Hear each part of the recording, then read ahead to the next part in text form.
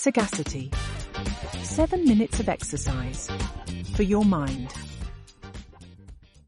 Have you ever heard the saying that you are what you think? Imagine this. Maybe you don't have to imagine this, but imagine that you tell yourself you're bored of this podcast already, and we're hardly 10 seconds into it. If you tell yourself that you're bored, there's a good chance that you will believe that you're bored, and you'll decide that there's nothing going to come out of this 7 minutes that's going to be of use to you or anybody in your network whatsoever. And that's fine. That's our prerogative as human beings. We can think. No one else can control our thoughts. Only we can. And therefore, if that's a decision you make, that's how things will probably pan out for you.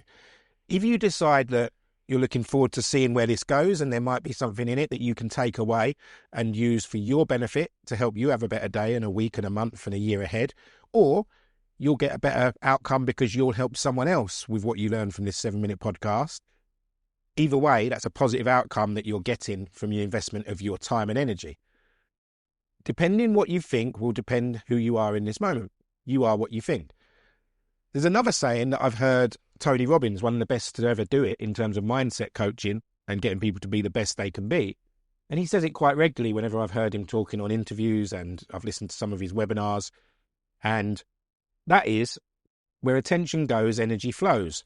So his suggestion is that if your attention is purely on what problems you've got, then your energy will be pretty negative. Negative energy will flow into you, and it's very unlikely that you're going to turn it around and have a positive moment. If you can look for positive opportunities within your day and not neglect the things that need addressing that you're not happy about, because that will just make things worse. But there's opportunities to be positive in every single day. Again, Tony Robbins says, what's wrong's always available, and so is what's right. That's a quote that I've heard him say a lot, and it makes a lot of sense. It's simple, and simplicity sticks, which is what we say all the time. I want us to think about that one. So in terms of attention and where our energy flows from and to, we use something called the yellow car principle at our corporate workshops. We also use it with young people when we do the leadership stuff. And sometimes it just gets mentioned in conversation because it's a useful analogy to get people to think differently. But the yellow car principle is one that we've, at the risk of getting sued, we've ripped off the red car principle. I don't know if anyone actually owns that, but that's one that's used in management talk a lot. But the yellow car principle is, we ask people how many yellow cars they've seen up to that point in that day. Now, someone might have a yellow car, or their partner might have a yellow car, or their kid might have a yellow car, or a friend. So they might have seen one. They might have seen more than one. But very often people have said they haven't seen one, which is why we chose yellow, because red is a more popular colour and there's a good chance you've seen a fair few. So if you haven't seen a yellow car today, it's fair to say that now that it's in your head, and you may think about yellow cars subconsciously when you leave wherever it is you are now and start going about your day, provided you're moving in a well-populated area where there's plenty of cars, you might well see some yellow cars now. So what does that mean? Well, we suggest that you make that a positive opportunity in your day. Yellow cars represent positive opportunities in life.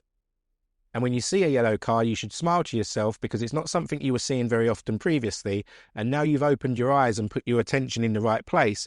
That positive energy is flowing to you and you are seeing more yellow cars. There's an opportunity to expand on that, which could be that more people in your circle, in your network, are aware what opportunities you're looking for.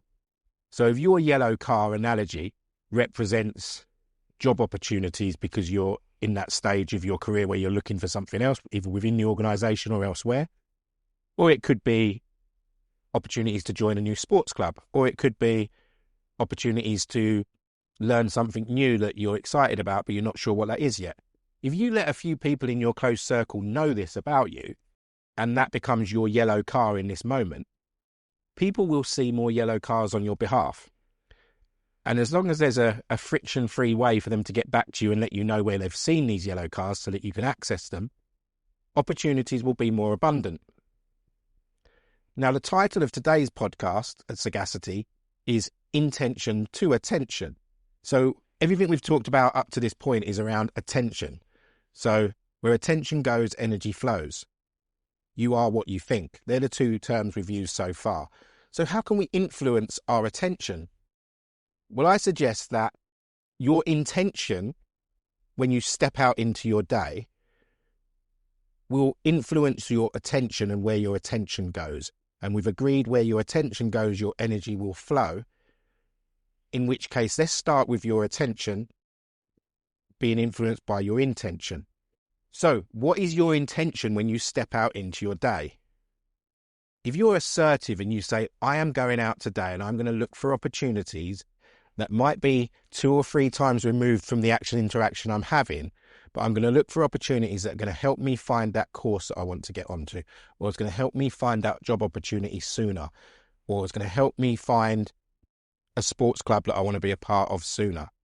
And that could just be that you start having conversations that are a little bit more intentional when you're out and about doing your daily tasks. I spent a long time doing sales and marketing in private health clubs. And my approach, because I didn't like standing around with a clipboard, is that everywhere I went, whether that was a coffee shop, a bar in the evening, a petrol station, anywhere I spoke to someone, I would ask them how their day was going. They would then say, good, thank you. How's your day going? And I would use that opportunity to say, it's all right, but I've got to find another 5 sales this week and I'm running out of ideas. But other than that, I'm having a great day. And people would say to me so much, or so often I should say, what is it you're selling? And I'd say, oh, I'm the manager at the new health club down the road. Have you seen it? Oh, has it got a swimming pool? Yes, it has. It did have in those days. And a conversation would start. Their sister would be interested, or their friend's husband would be interested in going. So these are how intentions can influence where attention goes, and then a positive conversation can lead to positive energy flowing. And you'd be amazed how many more yellow cars pop up on your radar when you move into your day with intention, positive intention, to influence where your attention goes, which will in turn influence what energy flows through you and radiates off of you, more importantly, for those that have to spend time with you.